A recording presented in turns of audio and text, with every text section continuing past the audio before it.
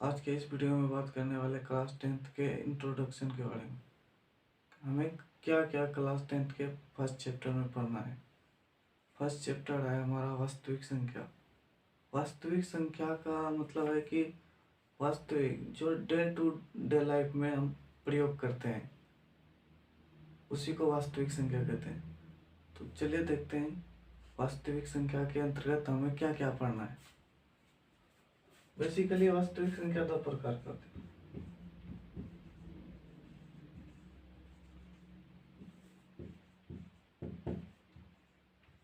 वास्तविक संख्या दो प्रकार की होती है।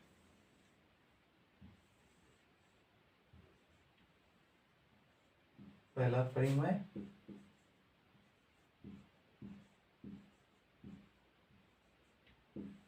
परिमेय संख्या, दूसरा अपरिमेय संख्या।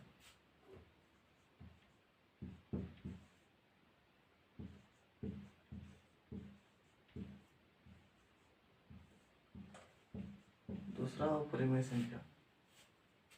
अपरिमेय संख्या में जैसे √2, √3, √3, पाई एटसेट्रा ये सब आता है। और परिमेय संख्या में परिमेय संख्या जिसे हम p/q के रूप में लिख सकते हैं, जिसे एक को हम 1/1 के रूप में भी लिख सकते हैं। दो को हम 2/1 के भी रूप में लिख सकते हैं। परिमेय संख्या आप क्लास 9th में पढ़ चुके होंगे, नहीं पढ़े हैं तो प्ले लिस्ट में जाके देख लीजिएगा क्लास 9th के मैथमेटिक्स में।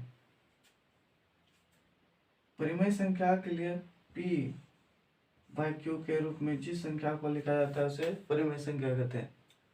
जहाँ की बराबर q बराबर 0 नहीं हो, q बराबर 0 नहीं होना चाहिए। अगर किसी भी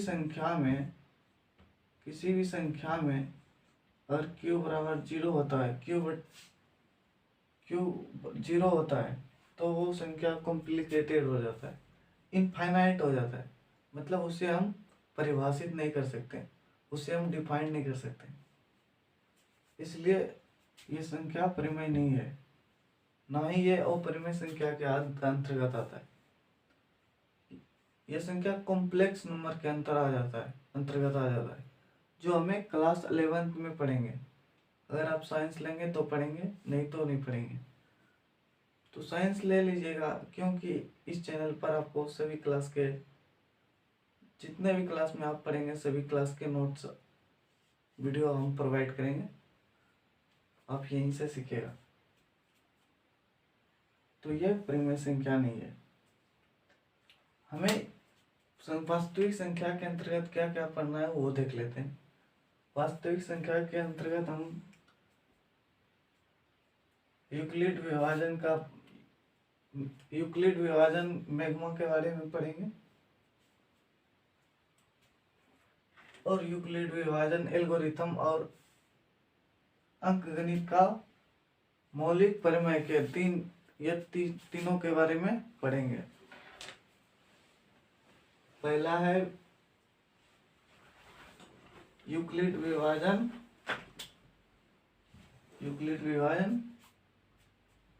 मैग्मा, यूक्लिड का विभाजन मैग्मा। दूसरा है यूक्लिड का विभाजन एल्गोरिथम। तीसरा है अंकगणित का मौलिक परिमेय। तो हमें यह 3 टॉपिक पढ़ना है। इससे पहले वाले क्लास में हम पढ़ चुके हैं कि भाग किस तरीके से दिया जाता है।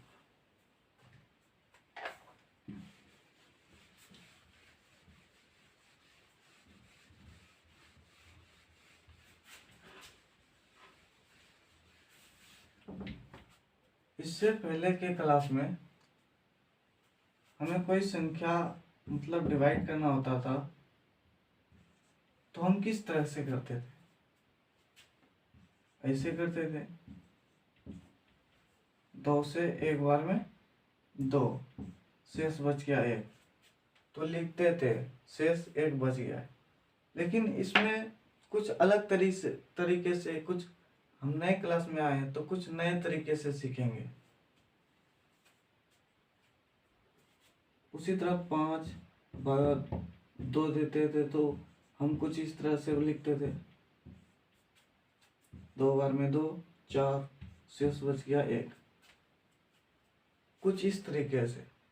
और 9th क्लास में हम लोग पढ़ चुके हैं इसे कि मतलब अपरिमेय है या परिमेय, उसे ज्ञात करने के लिए 2 इंटू 5 का पावर 2 का पावर n इंटू 5 का पावर m के रूप में अगर कोई भी हर लिखा जाता है, जैसे कि 5/6, इसको हम इसके हर को हम तोड़ेंगे, विभाज्य करेंगे तो 2 3 आ रहा है, जो कि ये अपरिमेय संख्या है।